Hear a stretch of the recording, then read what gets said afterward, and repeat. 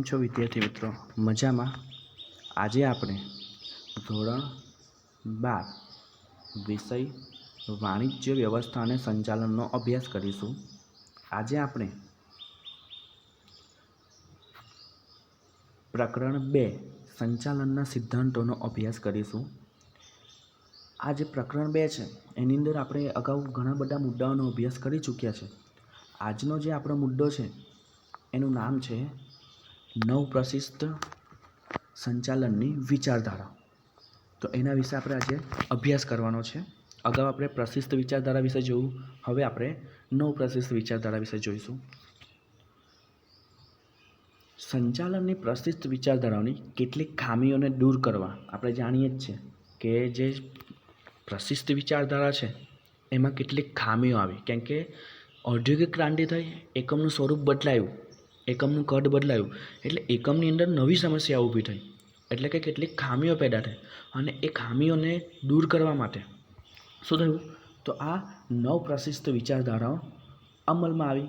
માટે કેટલાક સંચાલન શાસ્ત્રીઓએ તેમાં સુધારો કરી નવા અભિગમો પ્રસ્થાપિત કર્યા. કે શું છે નવપ્રશિષ્ટ વિચારધારામાં શું થયું? તો પ્રશિષ્ટ વિચારધારાઓ છે એમાં કેટલીક ખામીઓ આવી અને એ ખામીઓને દૂર કરવા ફરીથી એના પર સંશોધનો થયા, ફરીથી એના પર વિચારો થયા અને એમાં સુધારો કર્યો અને એમાં નવા અભિગમો પ્રસ્થાપિત કર્યા, જેને નવપ્રશિષ્ટ વિચારધારા તરીકે ઓળખવામાં આવે છે. નવપ્રશિષ્ટ વિચારધારા એટલે શું? તો સામાન્ય અર્થમાં માની લે કે પ્રશિષ્ટ વિચારધારાની ખામી હતી એને દૂર કરવા એમાં સુધારો થયો અને એમાં નવા કઈ અભિગમો પ્રસ્થાપિત કર્યા અને આ અભિગમોને શું કહેવાય છે?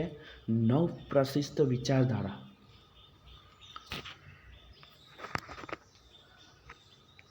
19મી સદીના અંત ભાગમાં ઔદ્યોગિક ક્રાંતિ પછી એકમો અને ઉદ્યોગોનું સ્વરૂપ બદલાયું. આપણે જાણીએ જ છીએ કે ઔદ્યોગિક ક્રાંતિ થઈ એટલે ઉદ્યોગો ક્ષેત્રે નવા ફેરફારો શરૂ થયા, ટેકનોલોજીનો ઉપયોગ થવા લાગ્યો અને એને કારણે એકમનું અને ઉદ્યોગનું શું થયું? સ્વરૂપ બદલાયું અને એનું કદ પણ બદલાયું કે નાના પાયા પર કામ કરતા ઉદ્યોગો શું થયા? મોટા પાયા પર કામ કરતા થયા. તો એને કારણે નવી સંચાલનની તરેહની જરૂરિયાત ઊભી થઈ કે નવું, કારણ કે જૂનું હતું એ કંઈ અલગ હતું, જે નવું છે કારણ કે ઔદ્યોગિક ક્રાંતિ થઈ છે તો એને કારણે એકમનું સ્વરૂપ બદલાયું છે, કદ બદલાયું છે, તો જે જૂની પદ્ધતિની જગ્યાએ નવી પદ્ધતિ અમલમાં મુકાય છે તો આપણે વિચાર પણ બદલવા પડશે. તો સંચાલનની નવી તરેહની જરૂરિયાત ઊભી થઈ એટલે નવું વિચારવું પડશે. નાના પાયા પર કામ કરતા હતા એકમ તો એના વિશે વિચારેલું, એ મોટા પાયા પર કામ કરતા વિશે વિચારશું તે અલગ હશે. કેમ? કારણ કે મોટા પાયા પર કામ કરે છે તો એની સમસ્યાઓ કંઈ અલગ છે, નાના પાયા પર કામ કરે છે એકમ તો એની સમસ્યા કંઈ અલગ છે. તો એમાં એક નવું ઉમેરવાની જરૂરિયાત ઊભી થઈ.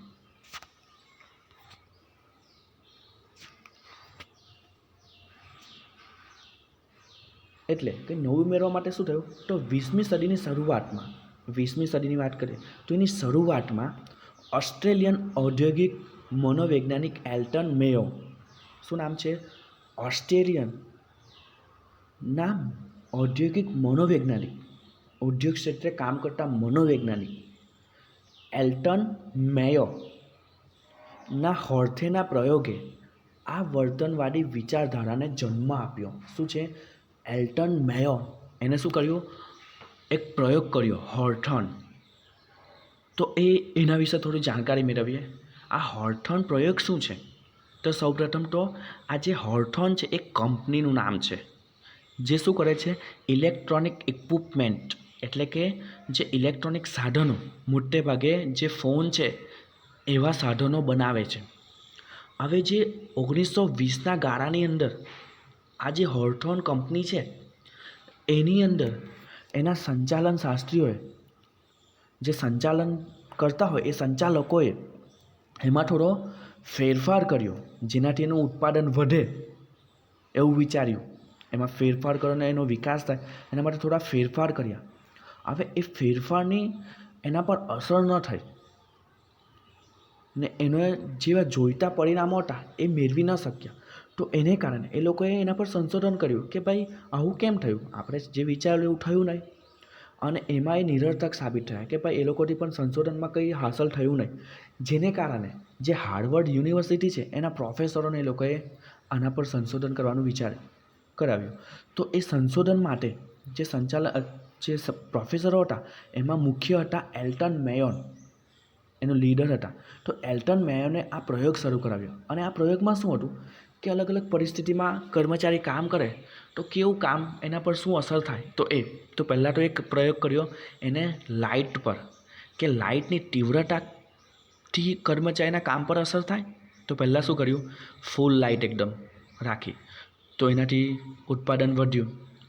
એના કરતાં થોડી લાઇટ ધીમી રાખી, તો એનાથી ઉત્પાદનમાં કોઈ એટલો બધો ફેરફાર નહીં થયો, એટલું જ રહ્યું. અને એકદમ લાઇટ ડીમ કરી નાખી, એટલે ઓછી કરી નાખી, તો એનાથી ઉત્પાદન પર ફરક પડ્યો. ઉત્પાદન કેવું થવા લાગ્યું, ઓછું થવા લાગ્યું. તો એનાથી એ લોકોએ તારણ કાઢ્યું કે ભાઈ લાઇટમાં બહુ ફરક નથી પડતો. ક્યારે આપણે મોટે ભાગે જાણીએ છીએ એકમોમાં લાઇટ કેવું હોય છે, ફૂલ જ હોય છે મોટે ભાગે, અને એના કરતાં થોડી ડીમ હોય. તો એનાથી મોટે ભાગે ફેરફાર નથી થતો. પછી એને બીજો પ્રયોગ કર્યો કે સ્ત્રીઓ 5-6 એક ગ્રુપની સ્ત્રીઓ પર જે એકમની અંદર કામ કરતી એના પર પ્રયોગ શરૂ કર્યો કે ભાઈ પહેલાં શું કર્યું, એ લોકો કામ કરે છે એનું અવલોકન કર્યું. અને પછી શું કર્યું, તો એ લોકોને જે રિસેસ આપતા હતા, હવે રિસેસની અંદર શું કર્યો, ફેરફાર કર્યો કે પહેલાં ભાઈ એક જ વાર રિસેસ આપતા હતા 10 મિનિટની, હવે શું કર્યું, એ લોકોને સવારે રિસેસ આપવામાં આવે 5 મિનિટની, અને પછી બપોરે રિસેસ આપવામાં આવે. તો એનાથી એ લોકોએ જોયું કે ભાઈ ઉત્પાદનમાં શું થયો છે, ફેરફાર થયો છે, ઉત્પાદન વધ્યું છે. પછી એ લોકોએ એવું કર્યું કે રિસેસનો સમય બદલી નાખ્યો અને 10 મિનિટ કર્યો. તો એનાથી પણ એમાં કોઈ ફેરફાર નહીં થયો કે ભાઈ 10 મિનિટ કરી નાખ્યો, એનાથી કોઈ ફેરફાર નહીં થયો. પછી એ લોકોએ શું કર્યું, તો 4 વાર રિસેસની વાત કરી કે ભાઈ પહેલી, બીજી, ત્રીજી, 4 વાર રિસેસ આપવામાં આવે. તો એનાથી પણ ઉત્પાદનમાં મોટે ભાગે કોઈ ફરક નહીં પડ્યો કે ભાઈ એમાં ટાઈમ વેસ્ટ થયો. અને સાથે સાથે રિસેસ આપી એટલે પાછું કામ પર આવવા માટે થોડી આળસ એવું હોય એટલે એનાથી ઉત્પાદન થોડું ઘટ્યું. તો આવી રીતે એ લોકોએ પ્રયોગ કર્યા. સાથે સાથે રિસેસ આપી તો ત્યારે સાથે સાથે ચા અને કોફીની પણ વ્યવસ્થા કરવામાં આવી. તો એનાથી પણ મોટે ભાગે કોઈ ફરક નહીં પડે. તો એ લોકોએ આના પરથી એક તારણ કાઢ્યું કે આ જે રિસેસ આપવામાં આવે છે એના પર પણ એટલો બધો ભાઈ ફરક નથી પડતો. આ જે વસ્તુ છે શું છે, સાયકોલોજીકલ છે, મનોવૈજ્ઞાનિક છે. મનથી વિચારશે અને કામ કરશે તો સારું કામ થશે.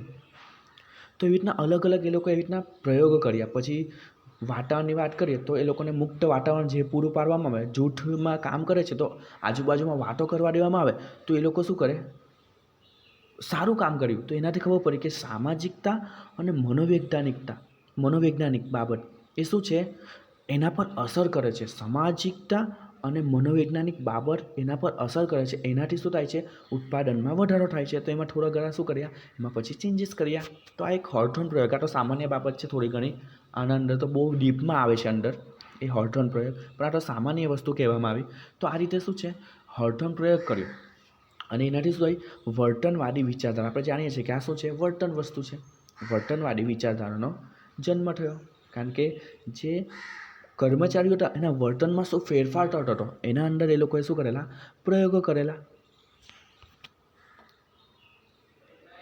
તેથી એલ્ટન મેયો નવપ્રશિષ્ટ વિચારધારાના પ્રણેતા કહે છે. તેનાથી શું કહેવાય છે, એલ્ટન મેયો એ નવપ્રશિષ્ટ વિચારધારાના શું કહેવાય છે, પ્રણેતા કહેવાય છે. નવપ્રશિષ્ટ વિચારધારામાં સંચાલન અંગે વર્તનલક્ષી અભિગમ અને જૂથ વર્તન પર ભાર મૂકે છે. કે નવપ્રશિષ્ટ વિચારધારામાં શું છે, વર્તનલક્ષી અભિગમ, કે મેઇન વર્તન પર, વર્તન ક્યારે બદલાય અને કઈ પરિસ્થિતિમાં બદલાય તો એના પર શું થયો છે, એને ભાર મૂક્યો છે. સાથે સાથે જૂથ વર્તન પર, કે જૂથમાં કામ કરશે તો કેવું કામ કરશે, તો એ જૂથ વર્તન પર શું કર્યો છે, ભાર મૂક્યો છે. જૂથમાં કામ કરતા હોય અને એ લોકોને આજુબાજુમાં વાત ન કરવા દેવામાં આવે અને પોતાનું કામ કરવા દેવામાં આવે, ખાલી કામ જ કરવાનું, વાત નહીં કરવાની, ફ્રીનું વાતાવરણ નહીં પૂરું પાડે તો એનાથી શું થાય છે, એના ઉત્પાદન પર અસર થાય છે. પ્રશિષ્ટ વિચારધારાઓને આ જ આધાર રૂપે રાખી નવ પ્રશિષ્ટ વિચારધારામાં અવૈધિક વ્યવસ્થા તંત્ર, આપણે જાણીએ છીએ કે વૈધિક અને વૈશ્વિક. વૈધિક એટલે શું, તો જે નક્કી કર્યું છે કોઈ વ્યક્તિએ, દાખલા સંચાલકોએ વ્યવસ્થા તંત્ર બનાવ્યું તો ઉપર મેનેજર, એની નીચે સુપરવાઇઝર, એની નીચે ફોરમેન અને એની નીચે કામદાર, તો એક વૈધિક સંબંધ છે. જ્યારે અવૈધિક વ્યવસ્થા તંત્ર શું, એની જાતે બની જાય. દાખલા તરીકે કામદાર અને કામદારનું ગ્રુપ બની જાય એક. આપણે જાણીએ સ્કૂલમાં જઈએ તો આપણે 70 કે 80 છોકરા હોય એની અંદર આપણે બધા સાથે મિત્રતા નથી કરતા, પણ શું કરે છે, કેટલાક 5-6 વ્યક્તિ સાથે જ આપણે મિત્રતા કરે છે. તો શું છે, એ શું કહેવાય છે, અવૈધિક, કે કોઈ નક્કી નથી કરતું. આપણે જેને પસંદ કરીએ છીએ, મતલબ આપણા જે મેળ બેસે છે જેની સાથે, તેની સાથે આપણે શું કરીએ છીએ, મિત્રતા કરીએ છીએ. તો એ શું છે, અવૈધિક. તો એવી રીતે એકમની અંદર પણ અવૈધિક સંબંધ, કે કોઈ સુપરવાઇઝરનો કોઈ કામદાર સાથે સારા સંબંધ હોય, મિત્ર બની જાય.